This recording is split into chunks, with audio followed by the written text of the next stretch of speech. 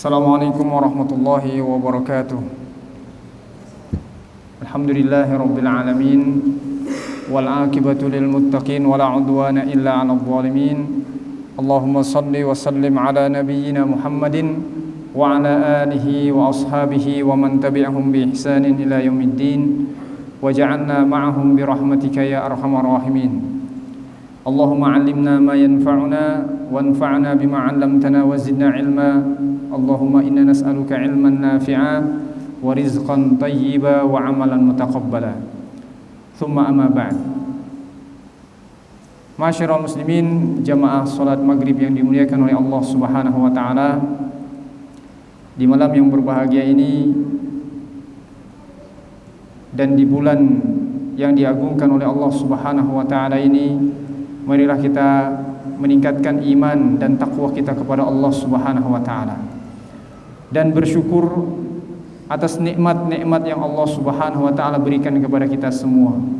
Nikmat yang sangat-sangat banyak, tidak terhitung jumlahnya.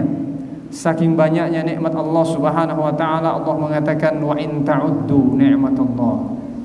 Wa in ta'uddu ni'matallahi la tuhsuha. Innal insana ladzalumun kafar. Saking banyaknya nikmat Allah, Allah mengatakan dalam firman-Nya, jika kalian, wahai hamba-hambaku, mencoba untuk menghitung nikmat-nikmat yang aku berikan kepada kalian, niscaya kalian tidak akan mampu untuk menghitungnya. Secanggih apapun teknologi yang digunakan, AI dan semacamnya, tidak akan mampu untuk menghitung nikmat Allah Subhanahu wa taala yang diberikan kepada kita. Kemudian Allah Subhanahu wa taala mengatakan, innal insana ladzalumun kafar. Sesungguhnya manusia sangatlah zalim kepada Allah, tidak bersyukur kepadanya, tidak beribadah kepada Allah dengan semestinya. Zalim kepada dirinya dengan banyak melakukan maksiat, zalim kepada manusia yang lain, dan zalim kepada makhluk-makhluk Allah Subhanahu wa taala, dan sangat kufur kepada nikmat Allah Subhanahu wa taala. Kemudian tak lupa di pengajian ini kita bersalawat dan mengirimkan salam kepada Nabi kita Muhammad sallallahu alaihi wasallam, kepada keluarganya, sahabat-sahabatnya, dan kepada orang-orang yang senantiasa berusaha selalu beristiqomah melaksanakan syariat Allah Subhanahu wa taala, berusaha selalu beristiqomah melaksanakan dan mengagungkan sunnah Nabi-Nya sallallahu alaihi wasallam. Jamaah yang dimuliakan oleh Allah Subhanahu wa taala, pada malam ini kita akan membahas sebuah hadis, ya.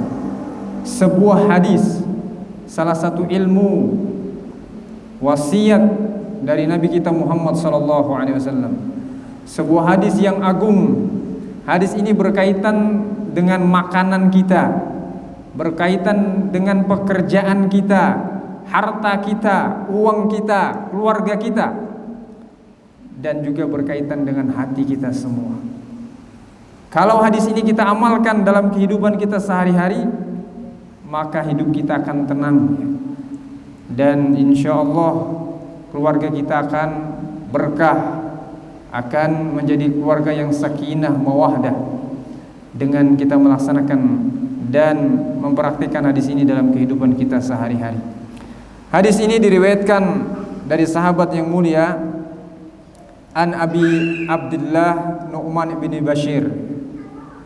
Hadis ini diriwayatkan dari Abi Abdullah, bapaknya Abdullah, yang bernama Nu'man ibni Bashir, Nu'man bin Bashir radhiyallahu anhuma. Semoga Allah meridhai keduanya. Beliau berkata, qala sami'tu Rasulullah sallallahu alaihi wasallam yaqul. Aku pernah mendengar Rasulullah sallallahu alaihi wasallam bersabda. Maksudnya Nabi Muhammad sallallahu alaihi wasallam bersabda, innal halala bayyinun. Sesungguhnya yang halal itu jelas. Wa innal harama bayyinun. dan yang haram juga jelas. Wa bainahuma umurun mushtabihatun la ya'lamuhunna katsirun minan nas. Dan di antara sesuatu yang halal dengan sesuatu yang haram ini ada sesuatu yang samar, tidak jelas kehalalan dan keharamannya bagi kebanyakan manusia. La ya'lamuhunna katsirun minan nas. Banyak manusia tidak mengetahui hukumnya, apa dia halal, apa dia haram. Walaupun ini diketahui oleh para ulama, ini halal, ini haram, diketahui. Tapi kebanyakan manusia karena ketidaktahuan, ketidakpahaman terhadap agamanya, tidak mengetahui dalilnya, maka dia menjadi sesuatu yang mutasyabbih, tasyabbuh, ya. Menjadi mushtabihat, menjadi sesuatu yang samar, menjadi sesuatu yang tidak jelas bagi dia, apa ini haram, ini halal. Faman ittaqash syubahat, barang siapa, kata Rasulullah, menjauhi hal-hal yang syubhat tersebut, sesuatu yang samar tersebut, yang dia tidak mengetahui itu halal apa haram, faqad istabra'a li dinihi wa 'irdihi, maka dia telah menyelamatkan agamanya dan dia telah menyelamatkan kehormatan dirinya. Wa man waqa'a fi syubahat, barang siapa yang terjatuh, terperosok, terjatuh kepada hal-hal yang syubhat ini, yang tidak jelas ini, waqa'a fil haram, maka dia akan terjatuh pada sesuatu yang haram. Terjatuh pada sesuatu yang haram. Karra'i yar'a haulal hima yushiku an yarta'a fi. Kemudian Rasulullah memberikan permisalan, seperti kata Rasulullah, seseorang pengembala. Pengembala paham Pak ya? Yang mengembalakan hewan gembalaannya, seperti domba, kambing, yang dia mengembalakan hewan gembalaannya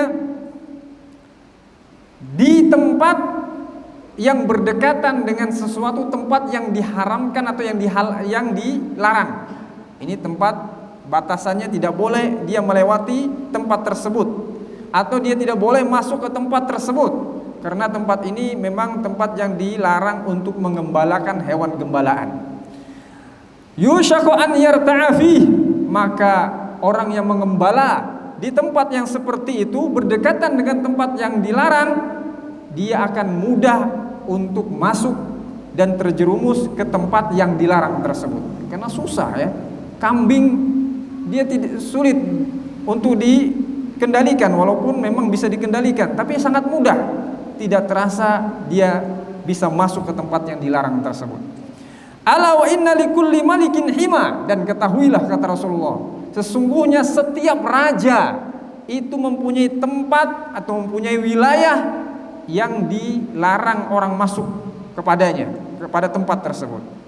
Ala wa inna himallahi maharimu, dan sesungguhnya wilayah yang dilarang oleh Allah Subhanahu wa taala, wilayah yang terlarang bagi Allah adalah apa-apa yang Allah haramkan kita untuk melakukannya. Maka ini tidak boleh. Ini sesuatu yang Allah punya, wilayah yang diharamkan oleh Allah kita memasukinya, yaitu hal-hal yang diharamkan bagi kita semua. Ala wa inna fil jasadi mudghah, idza salahat salahal jasadu kulluh, wa idza fasadat fasadal jasadu kulluh, ala wa hiya qalb. Dan ketahuilah kata Rasulullah, sesungguhnya dalam jasad kita terdapat segumpal daging. Jika segumpal daging itu sehat, baik, maka seluruh tubuh kita ini akan baik. Jika segumpal daging itu sakit, rusak, maka badan kita, jasad kita ini semuanya akan rusak. Ala wahiya qalb, dan ketahuilah dia adalah qalb, jantung kita. Jemaah yang dimuliakan oleh Allah Subhanahu wa taala, qalbu itu bukan hati sebenarnya ya. Terjemahan di Indonesia itu hati, tapi sebenarnya hakikatnya adalah jantung yang ada di dalam dada kita ya. Kalau hati di bawah ya. di perut sebelah kanan gitu. Jemaah yang dimuliakan oleh Allah Subhanahu wa taala, dalam hadis ini atau pada hadis ini Syekh Ibnu Daqiqil Id mengatakan hadzal haditsu aslun azimun min usuli syariah. Nah, perhatikan bahwa hadis ini adalah dasar pondasi, salah satu pondasi dari syariat Islam. Jadi ada bahkan Abu Daud, seorang periwayat hadis, dia mengatakan ada 4 hadis yang menjadi pondasi syariat Islam ini. Di antaranya salah satu dari 4 itu adalah hadis ini yang menjelaskan halal, haram, dan ada perkara yang syubhat yang manusia kebanyakan tidak mengetahuinya. Ini kalau kita, yang halal di dalam Islam sudah jelas, yang haram juga sudah jelas. Nah, kemudian Syekh Utsaimin rahimahullah, beliau mengatakan qassaman nabiyyu al-umur ila thalathati aqsam, bahwa Nabi Muhammad sallallahu alaihi wasallam di hadis yang mulia ini membagi perkara itu menjadi 3 macam. Membagi sesuatu menjadi 3 macam. Yang pertama, qismun halalun bayyinun la ishtibaha fi, sesuatu yang jelas kehalalannya, tidak samar-samar, tidak ada kesamaran, ini halal, sudah jelas. Dan yang kedua, qismun haramun bayyinun la ishtibaha fi, yang kedua adalah sesuatu yang haram yang sudah jelas keharamannya. Semua kita sudah mengerti ini haram, nggak boleh. Kira-kira ada yang masih belum tahu daging babi itu haram apa halal? Kalau ada yang angkat tangan, saya Ustaz nggak tahu, kemarin saya baru makan. Masya Allah, ini haram jelas. Di dalam Al-Quran surah Al-Ma'idah disebutkan,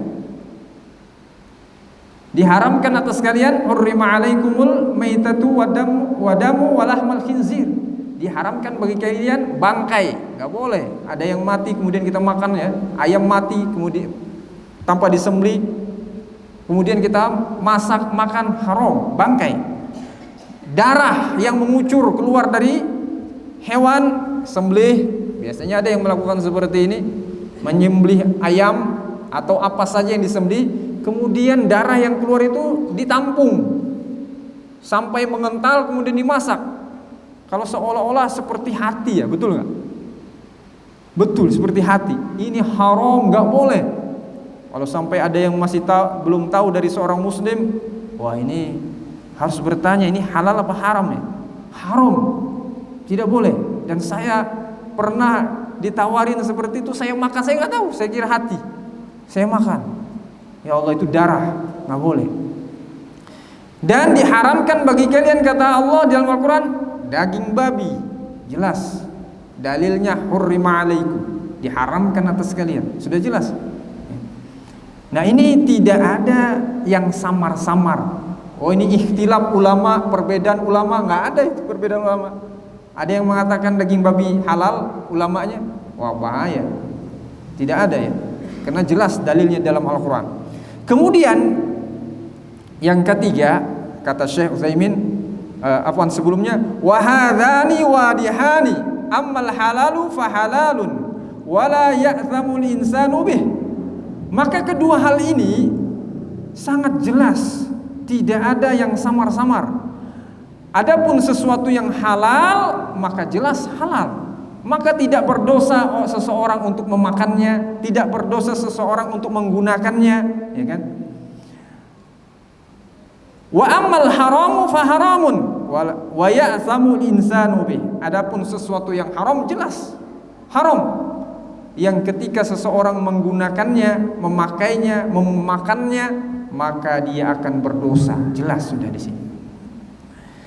Apa misalnya? Kata Syekh, misal contoh sesuatu yang halal disebutkan di dalam Al-Quran Al-Karim, ya. Di sini Syekh Daqiqil Id menyebutkan contohnya langsung dari Al-Quran. Di dalam surah Al-Maidah ayat 5, Allah berfirman, uhilla lakumut thayyibat wa ta'amul ladzi utul kitaba hillul lakum wa ta'amukum hillul lahum.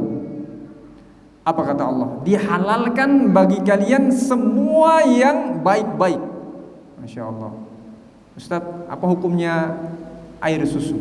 Minum susu? Baik tidak?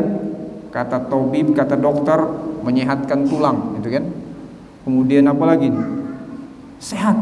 Tidak ada dokter yang mengatakan susu kambing, susu sapi ini menyebabkan penyakit. Tidak ada.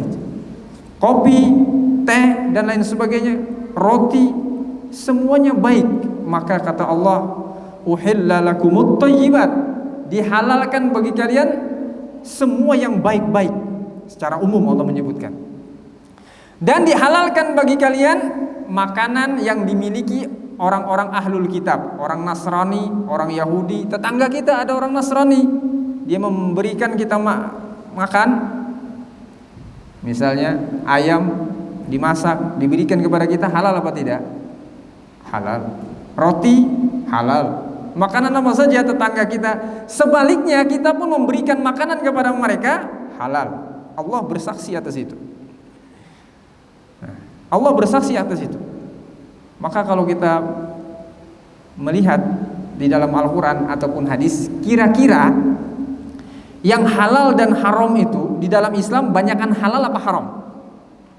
Jemaah, banyakan makanan yang halal apa banyak makanan yang haram?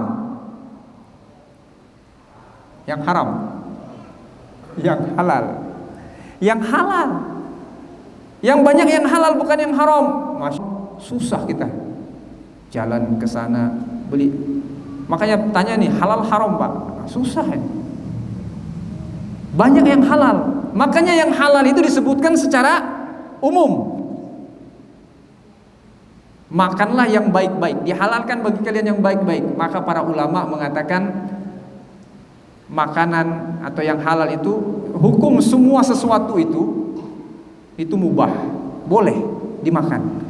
Kecuali datang dalil yang menyatakan ini haram, maka haram dia. Semua hewan darat itu halal hukumnya, kecuali ada sesuatu dalil yang mengharamkannya. Seperti babi, hewan darat, iya. Kenapa ada dalilnya yang mengharamkan itu? Maka semuanya halal kecuali ada dalilnya, ya, yang mengharamkan itu, maka dia haram. Entah langsung menyebutkan namanya seperti babi, kan? Atau menyebutkan ciri-cirinya, bertaringlah, macam dia makan hewan yang lain dan seterusnya. Ada ciri-cirinya disebutkan oleh Nabi, maka dia haram. Gitu ya. Nah, jemaah yang dimuliakan oleh Allah Subhanahu Wa Taala. Kemudian kata beliau, wa amma qismu tsalits, adapun perkara yang ketiga, fa huwal amrun mutasyabih wa amrun mustabihah alladhi yashtabahu hukmuhu ala hal huwa minal halali aw min haram. Fal amru al mutasyabbih alladhi yashtabihu hukmuhu hal huwa minal halal au minal haram. Adapun perkara yang ketiga adalah perkara yang samar, yang mana dia samar atau tidak jelas hukumnya. Ini halal apa haram? Halal apa haram? Tidak jelas. Wa yakhtabi hukmuhu ala katsirin minan nas, dan sayangnya, sangat disayangkan, samar dan tidak jelas hukumnya ini bagi kebanyakan manusia. Banyak yang tidak tahu. Ustaz, hukumnya pinjol itu masa nggak boleh kan? Itu kan saling membantu. Masya Allah ya. Tidak boleh. Haram hukumnya. Kena riba. Saya sering lihat di pinggir jalan. Kemarin kita habis lebaran. Lebaran kan biasanya kebanyakan kita itu pulang kampung ya. Masya Allah. Kalau kampungnya dekat mah biayanya sedikit. Kalau kampungnya jauh seperti saya, Kalimantan, wah, anak banyak misalnya, istri, naik pesawat berapa tuh ongkos? Tertulis dah di pinggir jalan, Habis pulang kampung duit habis. Saya lupa ya bahasanya seperti apa. Pinjaman lunak atau apa ya? Silahkan datang ke sini, ini pinjam, mudah dipinjam. Masya Allah. Itu kalau kita jalan di Ciampus saya ketemu itu. Pernah baca itu Pak? Boleh tidak itu coba? Ustadz kan ini kan saling membantu. Kita pinjam uang, kebetulan habis uang pulang kampung, tidak ada modal nih. Jualan, habis modal, pinjam. Hati-hati jemaah. Bertanya, adakah tambahan dari kita meminjam? Kita meminjam 2 juta, baliknya berapa? 3 juta. Ustadz tidak ada Ustadz, tidak ada tambahan. Tanya kembali. Ketika saya pinjam 5 juta, kemudian saya terlambat mengembalikan, apakah ada dendanya? Katanya iya. Ini kena. Itulah riba. Dan ini kebanyakan orang tidak memahami. Dia mengatakan Ustadz tidak ada tambahan. Iya, kalau Anda membayar itu tidak telat. Kalau telat bagaimana? Ada tambahan, riba. Ini sudah dari awal akadnya seperti itu. Dan ini tidak dipahami oleh banyak orang-orang awam. Nah, jemaah yang dimuliakan oleh Allah Subhanahu wa taala, inilah yang disebutkan oleh Nabi sallallahu alaihi wasallam umurun mushtabihat. Perkara-perkara samar yang tidak diketahui hukumnya oleh kebanyakan manusia. Banyak manusia tidak mengetahui hukumnya. Adapun para ulama, mereka mengetahui ini bagian ini yang halal, ini haram. Karena mereka langsung membahas dan mempelajari berdasarkan dalil dari Al-Quran, dalil dari As-Sunnah, dalil dari Ijma, dan dalil dari Qiyas. Jemaah yang dimuliakan oleh Allah Subhanahu wa taala. Kemudian thumma qala an-nabiy sallallahu alaihi wasallam, kemudian Nabi sallallahu alaihi wasallam mengatakan, famanittaqash syubhat, barang siapa yang menjauhi perkara-perkara yang syubhat, perkara-perkara yang tidak jelas hukumnya bagi dia, faqad istabro'a lidinihi wa 'irdihi, maka sungguh dia telah menyelamatkan agamanya, dia telah menyelamatkan kehormatannya. Pertanyaannya bagaimana? Bagaimana Ustadz ketika seseorang menjauhi sesuatu yang syubhat, kok dikatakan menyelamatkan agamanya? Iya, karena syubhat bisa menjadikan seseorang jatuh kepada yang haram tanpa dia sadari. Sebagaimana insya Allah kita akan jelaskan, dia telah menyelamatkan agamanya. Kebanyakan ketika seseorang melakukan syubhat, terjerumus padanya, maka dia tidak sadar telah terjatuh kepada yang haram, kepada maksiat kepada Allah Subhanahu wa taala, sehingga dia bermudah-mudahan untuk melakukan sesuatu yang haram. Faqad istabro'a lidini wa 'irdihi, dan dia telah menyelamatkan diri ketika dia menjauhi syubhat, menyelamatkan diri dari menyelamatkan kehormatannya, menyelamatkan kehormatannya. Jemaah yang dimuliakan oleh Allah Subhanahu wa taala, untuk menjelaskan poin yang kedua ini, maka kita sampaikan hadis Nabi sallallahu alaihi wasallam atau hadisnya setelahnya. Rasulullah mengatakan, wa man waqa'a bisyubahat waqa'a fil haram, barang siapa yang terjatuh kepada sesuatu syubhat, maka dia terjatuh kepada sesuatu yang haram. Bagaimana itu kejadiannya? Bagaimana urutannya? Ketika seseorang jatuh kepada hal yang syubhat, dia terjatuh kepada yang haram. Rasulullah, Syekh mengatakan di sini, kata Syekh Utsaimin,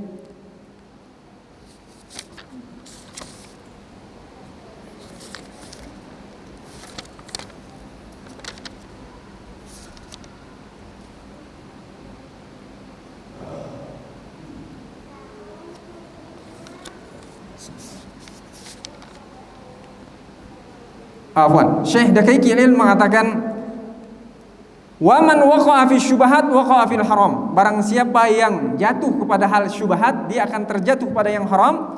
Itu terbagi menjadi 2 bentuk. bisa terjadi menjadi dua. Yang pertama, wa anna man lam yattaqillah wa tajarra'a 'ala syubhat afdad bihi ilal muharramat.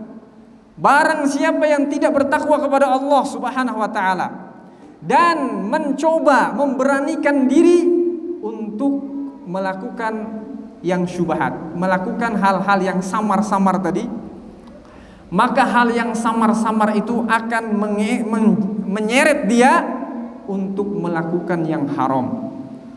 Wa yahmiluhu tasahul fi amriha ala jur'ah alal haram, dan dia akan bermudah-mudahan melakukan sesuatu yang haram.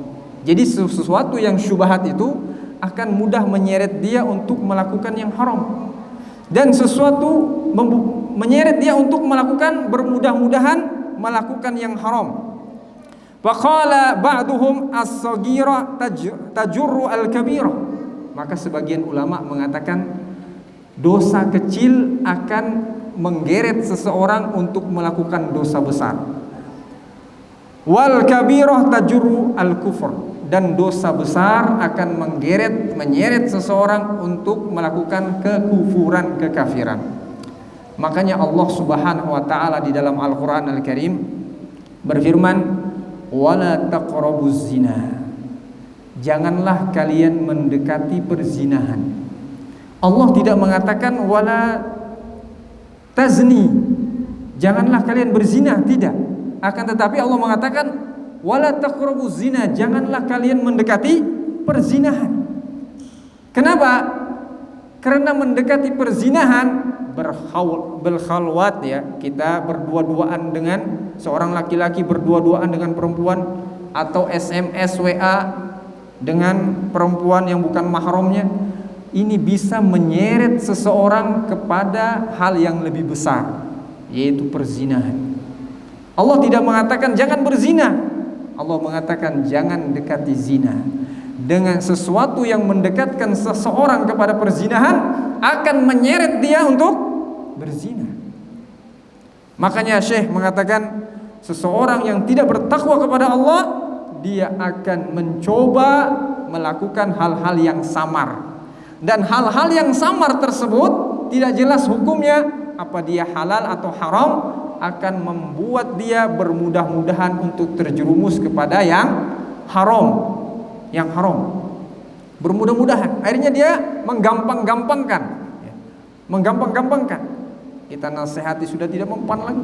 Ini tidak boleh, ini hukumnya seperti ini. Ustaz, sedikit-sedikit zaman sekarang ini sulit mendapatkan yang halal. Zaman sekarang susah mendapatkan yang halal, Ustaz. Maka jawabannya bukan sulit mendapatkan yang halal, akan tetapi hawa nafsu kita ingin sesuatu yang instan. Betul tidak?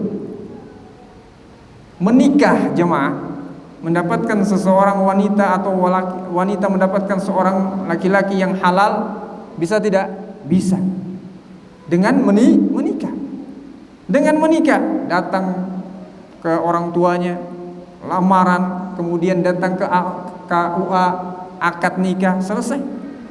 Bayar maharnya.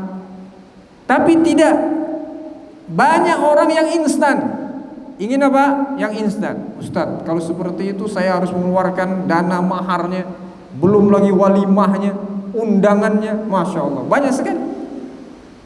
Makanya mereka melakukan apa? Yang instan, boleh. Yang gampang, yang tidak ribet, pacaran. Akhirnya apa? Berzina. Mendekatkan sesuatu kepada yang kecil, haramnya, ya. Dosa perzinahan dari yang kecil sampai terjadinya perzinahan yang besar. Nah, jemaah yang dimuliakan Allah Subhanahu wa taala, ini bentuk yang pertama. Bagaimana seseorang yang melakukan syubhat, sesuatu yang samar, bisa terjatuh kepada sesuatu yang haram, yaitu karena dia mencoba melakukan yang samar tersebut, akhirnya dia bermudah-mudahan masuklah dia kepada sesuatu yang haram. Kemudian disebutkan dalam sebuah riwayat, al-ma'asi baridul kufur.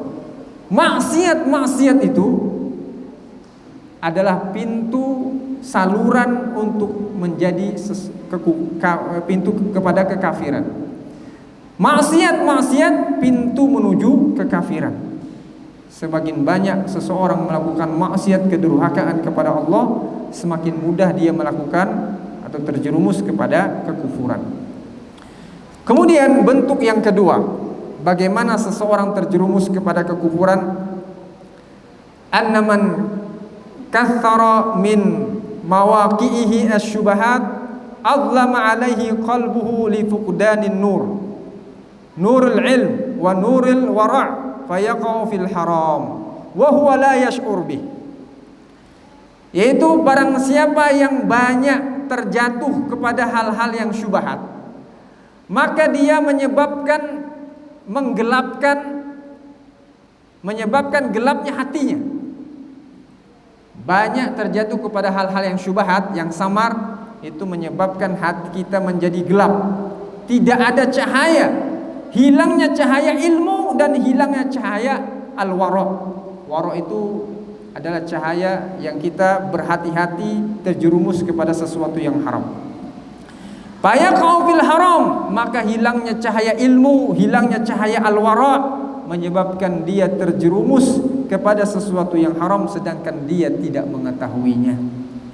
Wa qad ya'sam bidzalika idza tasabbaba minhu ila taksir, dan bisa jadi dia akan berdosa karena hal tersebut ya. Karena sebab dia bermudah-mudahan. Nah, jemaah yang dimuliakan oleh Allah, banyak hal ini terjadi. Betapa banyak, betul kata Rasulullah, seseorang yang menjauhi hal-hal yang syubhat itu benar-benar dia telah menyelamatkan agamanya. Karena betapa banyak orang yang jatuh kepada yang syubhat, akhirnya dia bermudah-mudahan untuk melakukan yang haram. Mudah dia melakukan yang haram. Seperti contoh banyak ya, muamalat, transaksi yang belum jelas hukumnya. Kalau seseorang belum jelas mengetahui ini transaksi boleh apa tidak, maka kita jangan melakukan transaksi tersebut. Transaksi online lah, transaksi macam bentuknya. Ada yang terkenal itu menjual barang, nanti mencari rekan gitu ya. Dia menjual kepada si fulan melalui jaringan saya lupa namanya. MLM. Nah, betul. Multi level marketing itu. Banyak yang tidak mengetahui ini. Bahkan ada juga seorang ustadz yang terjatuh pada hal ini dan dia tidak mengetahui. Kita pernah menegur, Ustadz, ini MLM. Bukan Ustadz, ini bukan MLM, bukan. Jelas setelah terjadi hal-hal ya, kasus pada beliau, oh betul, dia meninggalkan hal tersebut. Banyak yang tidak tahu. Maka sebelum kita terjerumus pada hal-hal yang seperti ini, baik muamalah, pekerjaan, apapun jenisnya, kita harus bertanya terlebih dahulu kepada para ulama, para ustadz, apakah hal ini halal apa haram? Halal apa haram? Banyak yang terjerumus. Menyelamatkan agama kita agar kita tidak bermudah-mudahan untuk melakukan yang haram. Menyelamatkan kehormatan diri kita agar tidak ada orang-orang yang menghina dan meremehkan kita. Sering kejadian. Dan ini terjadi pada teman saya. Dia pinjam pinjol.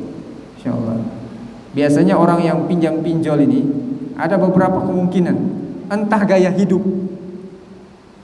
ingin motor bagus, nggak ada uang, gampang tinggal daftar kasih pinjam online. Atau yang terdesak, pinjam pinjaman online. Dan setelah itu telat bayar, tidak bisa bayar, demi Allah, nomor teman-teman dia yang teman-temannya yang minjam ini akan di SMS semua, dicari, siapapun dicari SMS. Dan ini terjadi. Teman saya mendapatkan SMS atas nama temannya yang minjamin. Malu ya, luar biasa. Bahkan banyak yang bunuh diri, kehormatan jadi taruhannya. Makanya benar apa yang dikatakan Nabi SAW, faqad istabro'a li dinihi wa 'ardi. Dia telah menyelamatkan agamanya, menyelamatkan kehormatannya, karena dari melakukan hal-hal yang syubhat, melakukan hal-hal yang samar. Hadirin yang dimuliakan oleh Allah Subhanahu wa taala. Kemudian Rasulullah sallallahu alaihi wasallam mengatakan,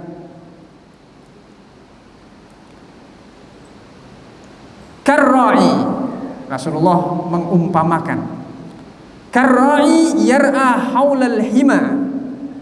Orang yang terjerumus kepada hal-hal yang syubhat itu seperti orang yang menggembala di tempat perbatasan antara yang halal dan yang haram.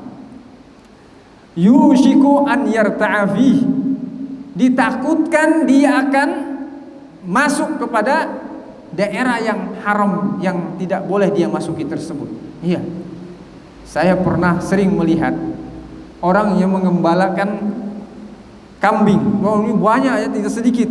Kalau satu mungkin mudah, kalau 10, 20, 30 hewan tidak mudah ini. Tidak mudah mengembalakannya. Dan sangat mudah baginya untuk terjerumus, melanggar dan masuk ke daerah yang haram tersebut, yang tidak boleh dia lewati. Demikian pula ketika kita terjerumus pada hal-hal yang syubhat, sangat mudah sekali kita terjerumus pada sesuatu yang haram. Sangat mudah, sangat mudah. Ya seperti orang yang tadi maksiat ya, berzina, dia asalnya SMS-an atau berdua-duaan, lama kelamaan akan jatuh kepada perzinahan yang besar. Hati-hati, syaitan, kata Rasulullah, tidaklah seseorang laki-laki dan perempuan berdua-duaan kecuali ats-tsalituhu syaitan. Yang ketiganya adalah syaitan, akan mewaswasi ya, akan selalu membisiki, menyuruh mereka untuk melakukan hal-hal yang lebih daripada itu. Nah, jamaah yang dimuliakan oleh Allah Subhanahu wa taala, ala wa inna likulli malikin hima, dan ketahuilah bagi setiap raja itu ada mempunyai batasan, mempunyai tempat larangan, mempunyai sesuatu yang tidak boleh dilanggar. Dan sesungguhnya larangan, sesungguhnya batasan Allah itu adalah apa yang Allah haramkan bagi kita semua. Tidak boleh bagi kita untuk melanggarnya. Sesuatu yang diharamkan Allah Subhanahu wa taala, wajib bagi kita untuk menjauhinya. Kemudian Rasulullah mengatakan, ala wa inna fil jasadi mudghah. Ketahuilah bahwa di dalam jasad kita ini ada segumpal daging. Jika segumpal daging itu baik, maka baiklah seluruh tubuh kita. Dan jika segumpal daging itu rusak, tidak sehat, maka rusak pula seluruh tubuh kita. Dan ketahuilah dia adalah jantung kita. Apa hubungannya? Apa hubungannya bahwa Rasulullah menyebutkan segumpal daging hati jantung ini dan dengan dalil yang sebelumnya, penjelasan di atas? Para ulama mengatakan hubungannya sangat erat sekali. Karena sesuatu yang syubhat menyebabkan seseorang terjatuh kepada yang haram, dan sesuatu yang haram yang sering dia lakukan akan mempengaruhi hatinya. Baik buruk hati tersebut ditentukan apakah dia banyak melakukan yang baik, yang halal atau yang haram. Disebutkan di dalam sebuah hadis, Rasulullah SAW mengatakan, innal abda idza akhta'a khati'atan nukitat fi qalbihi nuktatun sauda. Sesungguhnya seorang hamba jika melakukan suatu kesalahan, suatu dosa, terjerumus kepada suatu yang haram, maka akan tertoreh di dalam hatinya noda hitam, satu titik noda hitam. Wa in taba wa naza'a wa taba wastaghfara suqila qalbu. Jika dia meninggalkan hal yang haram, meninggalkan maksiat tersebut dan bertaubat kepada Allah, beristighfar, memohon ampun kepada Allah, maka akan suci bersih kembali hatinya, jantungnya. Wah, Memang susah ya, bahasa Indonesia ini tidak terbiasa. Jantung ini hati ya. Akan suci kembali hatinya. Dan jika kata Rasulullah dia terus menerus melakukan hal tersebut, maka hatinya akan bertambah noda hitam tersebut di dalam hatinya. Dan inilah yang disebutkan Allah di dalam firman-Nya, kalla bal rana ala qulubihim ma kanu yaksibun. Sekali-kali tidak, hati mereka tertutup dengan noda hitam karena apa yang mereka lakukan dari maksiat, apa yang mereka lakukan dari hal-hal yang haram. Jemaah yang dimuliakan oleh Allah Subhanahu wa taala, insyaallah kita lanjutkan setelah azan berikut. Syekh Utsaimin rahimahullah, beliau mengatakan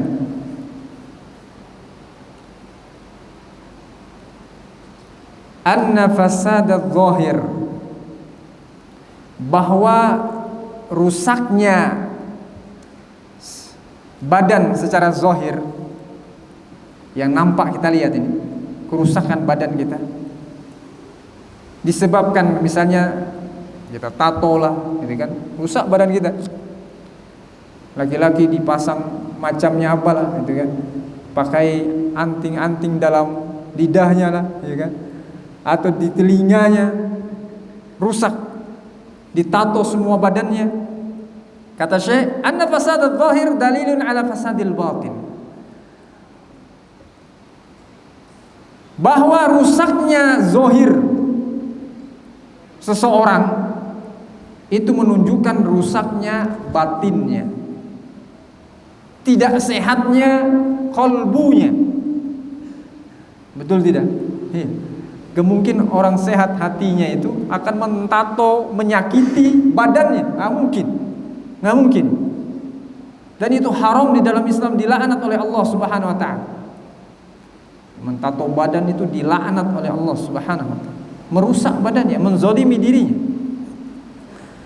Liqauli Nabi sallallahu alaihi wasallam, idza salahat salahal jasadu kullu wa idza fasadat fasadat jasadu kullu.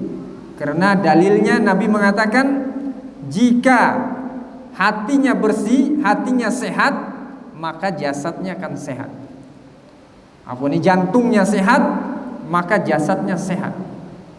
Jantung baik berarti jantung sebenarnya atau batinnya, mata hati kita, maka akan jasadnya akan sehat. Dan sebaliknya, jika jantungnya, hati kita rusak, sakit, maka jasad kita pun akan terlihat rusak. Fasadul zahir unwanu fasadil batin.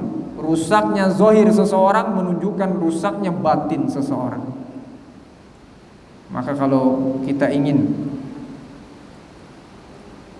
zahir, melihat seseorang zahirnya baik, cahaya keimanan nampak padanya, maka dia batinnya insya Allah baik pula, penuh dengan cahaya keimanan kepada Allah Subhanahu wa taala. Maka oleh sebab itu Syekh mengatakan, wajib bagi seseorang untuk menjaga hatinya dengan amalan-amalan soleh, membersihkannya dari maksiat, dengan banyak bertaubat kepada Allah dari maksiat, banyak beristighfar kepada Allah, dan meninggalkan maksiat-maksiat tersebut, sebagaimana disebutkan oleh Rasulullah sallallahu alaihi wasallam tadi, barang siapa yang meninggalkan man naza wastaghfara, barang siapa yang meninggalkan maksiat kemudian dia bertaubat, tidak melakukannya lagi, dan beristighfar minta ampun kepada Allah, maka akan suci bersihlah hatinya, suci bersih hatinya dari maksiat tersebut, dari dosa tersebut, dan dia akan lebih mudah melihat mana yang halal, mana yang haram, untuk melakukan dan meninggalkan sesuatu yang haram dan melakukan sesuatu yang halal. Lebih mudah untuk beribadah kepada Allah Subhanahu wa taala, karena banyaknya maksiat akan menutupi hati, menutupi keimanan, menyebabkan kita malas untuk melakukan ketaatan kepada Allah Subhanahu wa taala. Jamaah yang dimuliakan oleh Allah Subhanahu wa taala, ini yang bisa kita sampaikan pada kesempatan ini. Maka wajib bagi kita, terlebih kita sudah melalui jauh bulan Ramadan ya, bulan yang penuh dengan keberkahan. Meninggalkan bulan Ramadan hampir 1,5 bulan. Kita sekarang masuk bulan Dzulqa'dah, tanggal 12 Dzulqa'dah ini kita telah melewati hampir 1,5 bulan bulan Ramadan. Setelah bulan Ramadan, bulan Syawal yang kita menyempurnakan ibadah puasa kita, kemudian masuk di bulan Dzulhijjah ini, maka wajib bagi kita untuk mengevaluasi kembali apakah keimanan kita kepada Allah masih seperti kuatnya keimanan kita di bulan Ramadan atau sekarang berkurang. Maka jika demikian, maka masing-masing kita untuk menguatkan keimanan kita dengan banyak-banyak melakukan ketaatan kepada Allah, beristighfar dan taubat setiap kita melakukan kesalahan ataupun dosa. Kita tutup dengan doa kafaratul majlis. Subhanakallahumma wa bihamdika asyhadu an la ilaha illa anta astaghfiruka wa atubu ilaik. Wassalamualaikum warahmatullahi wabarakatuh.